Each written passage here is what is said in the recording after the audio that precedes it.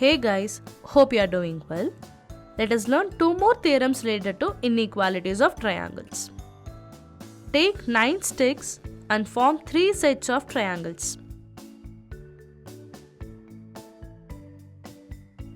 Identify the longer side of the triangles. Now, identify the greater measure of the angles of the triangles.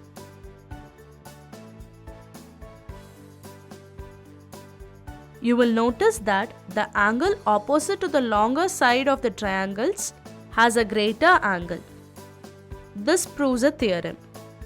If two sides of a triangle are unequal, then the angle opposite to the longer side is larger or greater. Let us learn another theorem in an extremely easy way. Let's converse the theorem that you just learned and you will have the second theorem. In any triangle, the side opposite to the larger angle is longer. Special case. These two theorems won't stand true in case of equilateral triangle because all the sides and angles are equal. We hope you have understood two more theorems related to inequalities of triangles. Thank you for watching. This is Tan90 signing off.